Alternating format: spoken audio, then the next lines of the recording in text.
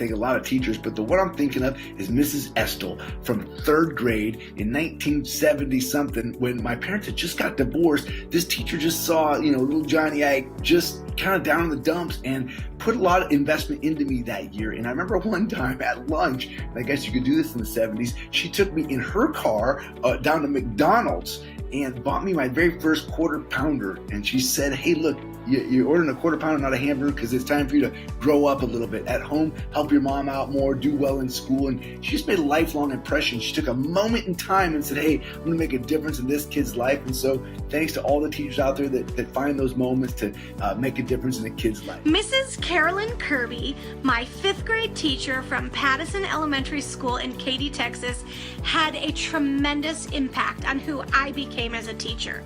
Mrs. Kirby was a little bit loud, a little bit funky, a lot eccentric, and I loved that. She was a think outside the box teacher who made me feel safe as a creative outside the box thinker in her class. Teacher that probably had the biggest impact on me was Mr. Pintar, who was my United States history teacher and basketball coach in high school. And I just remember a lot of the great projects that we did in that class.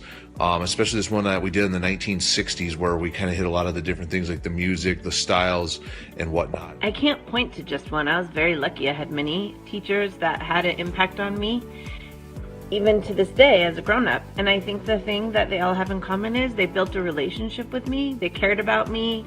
They wanted to know about me and understand me before they taught me something. And the teacher that I would like to thank is actually my mom.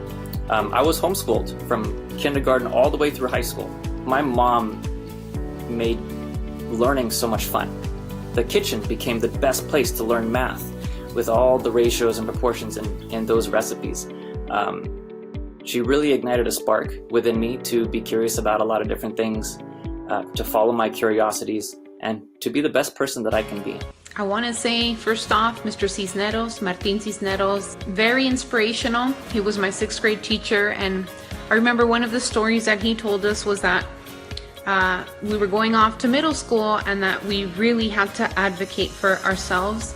The counselor wouldn't do it, a teacher wouldn't do it, but he really implanted that seed in our heart that if we were going to go to college, it was up to us to make sure that we were advocating for ourselves as much as our parents would. I'm going to say this is for my 5th grade teacher, Mr. Carl Aqua Viva. He loved his students well. He cared about every single one of us. He worked with every single one of us. He built a relationship with every single one of us, and I remember him to this day and will never forget that he cared. He cared, and he loved us well, and he treated us well. Thank you, Carl.